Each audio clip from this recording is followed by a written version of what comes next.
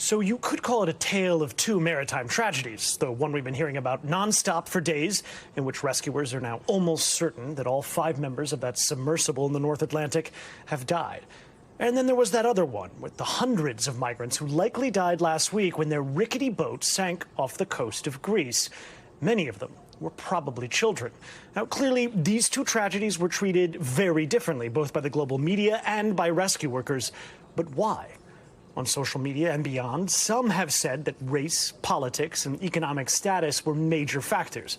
The 5 men whose deaths were announced today were almost all millionaires and billionaires. And the migrants who perished off the Greek coast were effectively refugees, among the poorest and most desperate people on the planet. It's a troubling juxtaposition and one that does give cause for thought. But it's hardly an apples-to-apples comparison. As far as the media is concerned, well, it's easy to see why a bunch of wealthy people trapped in a makeshift submarine while visiting the Titanic might make for a gripping story. For many critics, it's the emergency response that illustrates a kind of favoritism.